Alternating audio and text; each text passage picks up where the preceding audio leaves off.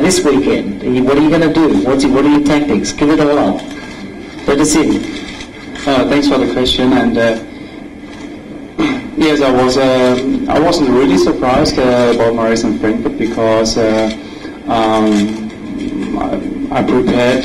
I was prepared for this race, and I got also this moment in Frankfurt. You have to have if you want to have a perfect day, and I just got this perfect day in Frankfurt. Kona is completely different. It's the field here is much more competitive, and there are at least 10, 15 athletes with the ability to win this race. And I learned a lot from the last year. Not that I mean, right now I really believe that I can win this race. But you always need this perfect day and a little bit of luck. And you need to minimize the risk in the race. But at the end of the day, you have to risk always a little bit, because it's just an ordinary race. You never will win this race. And I also really believe that 80% is just your head. And that's what I learned most from the last year, that everybody gets through these good patches and bad patches, and especially if you are going through these really bad patches. And I learned a very hard lesson last year, and it was the hardest moment in my whole triathlon career. So, and if you manage this situation, and if you are looking back and you start to realize that that you can make it, it makes you a little bit stronger. And that's why I believe in this, that it's just your head. And if you are prepared in your head, then nothing is impossible.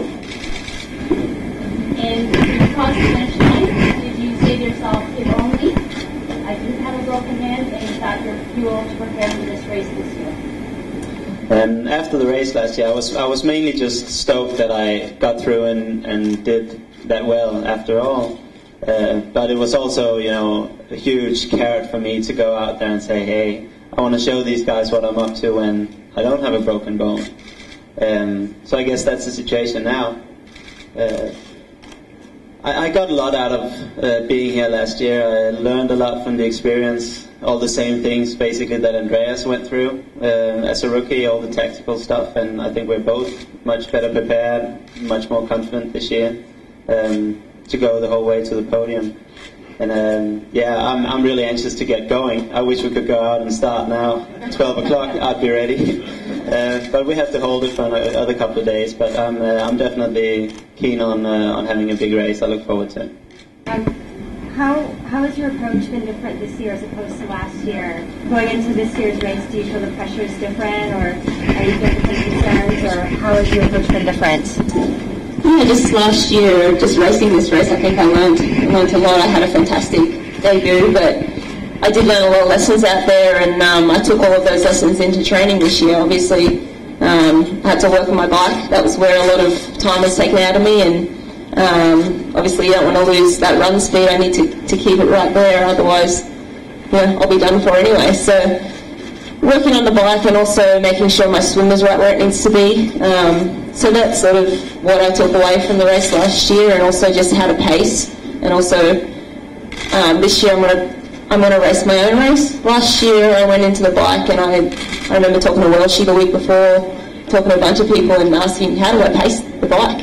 And I ended up keying off a couple of other athletes who weren't really having the best days, and I was having a really good day, so I think I maybe cut myself a little short on the bike there. But having said that, I had a fantastic run and ended up on the podium, and regardless, I don't think I would have been close to Chrissy anyway, so it worked out for me last year.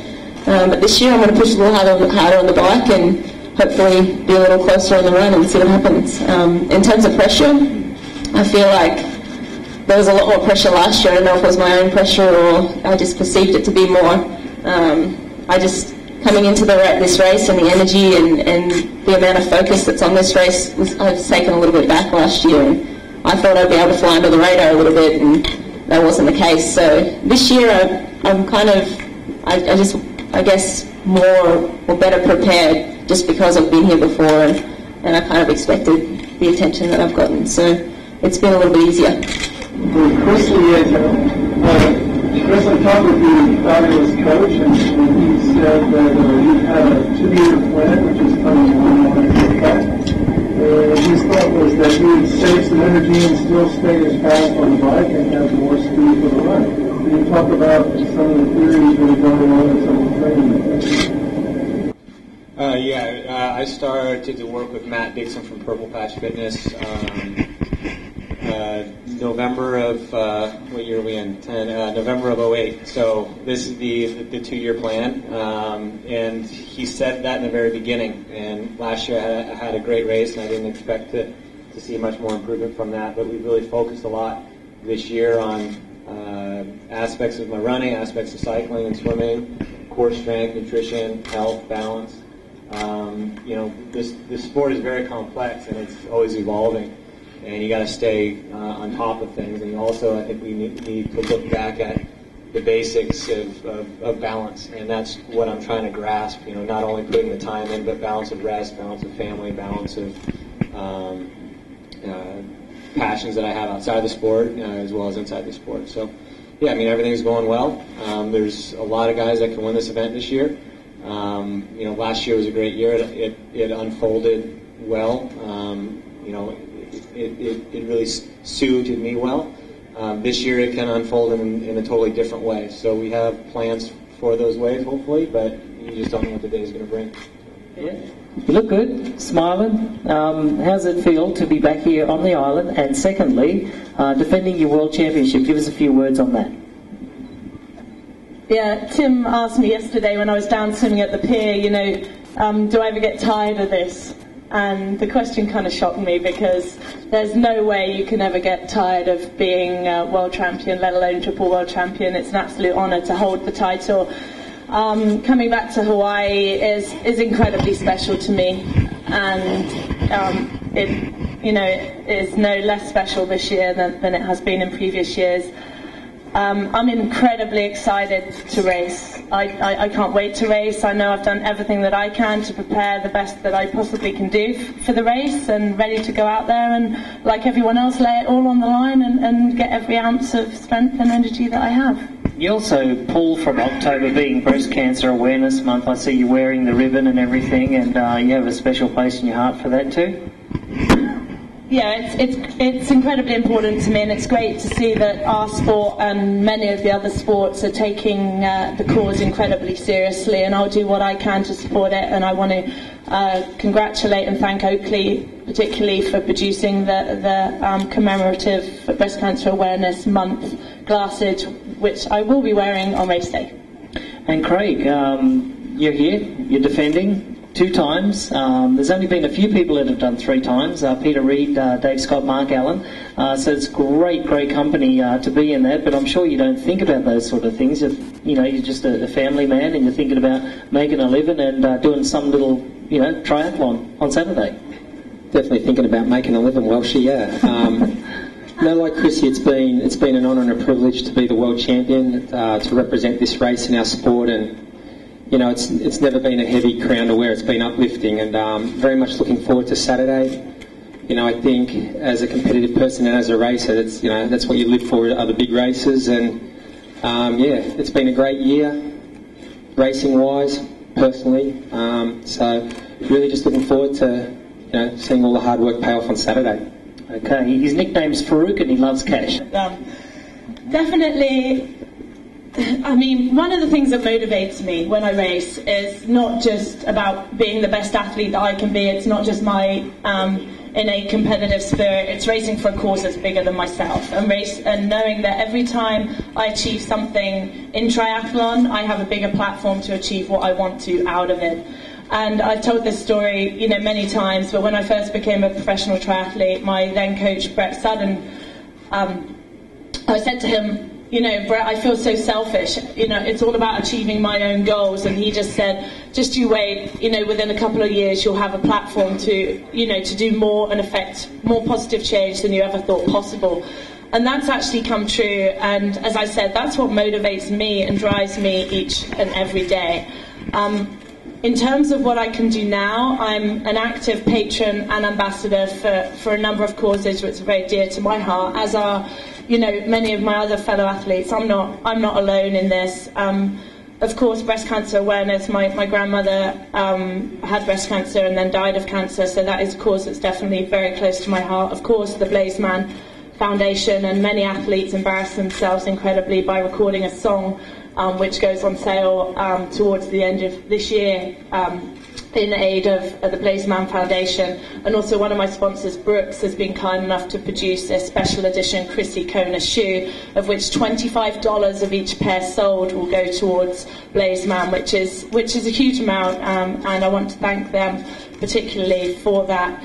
In terms of what I want to do beyond the sport, I want to combine both of my passions, which are sport and development. I will hopefully be able to use the platform that I have, not only in the UK but globally, to be able to promote the charities and the causes that I feel passionate about, but also have the resources to be able to set up my own foundation. And that's something that I want to devote a lot of time and energy to once I've hung up my professional lycra, particularly getting more kids involved in activities, not just necessarily competitive sport, but physical activities and healthy living. So that's something that I am very passionate about, and I will take forward when I do have sufficient time and energy. Frank, you know, there's so many more races now that when you show up to a race, it seems like you can race your own race plan. At least that's what me and Matthew were talking about yesterday. And you kind of just execute it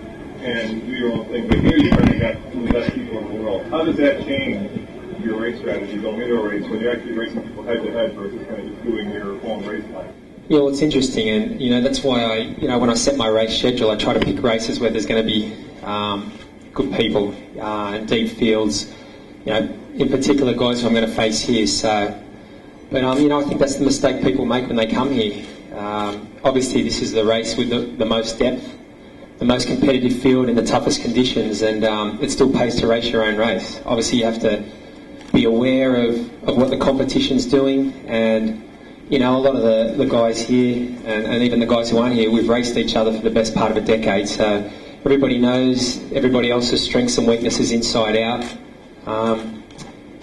And what you don't know is what someone's level of preparation's been like, what their last 6 months has been like in terms of their training, you know, injury, illness, and you know, that's what we'll find out on Saturday. But I think it pays to be aware of the race and what's going on, but you're best served by really just concentrating on your own race and your own strategy. And I mean, if you look at the history of this race, the people who've performed best overall and people who've performed best on the bike and in the marathon and in the swim have paced themselves. I mean, Torbjorn comes to mind. He used to ride his own race, and he'd often get to the turnaround in Harvey with some company, but very rarely would he have any company when he got back to T2. Same with Norman. It's a steady state effort, and you have to then, after a taxing bike ride, get off and run a marathon. So, but that being said, you can't have your head in the sand either. You need to pay attention to what's going on and where your perceived competition is and what they're doing. But still, you're the only one who's racing your race, and you're the only one who knows how you feel. Also racing the elements this weekend, the forecast is they're calling for calm winds again.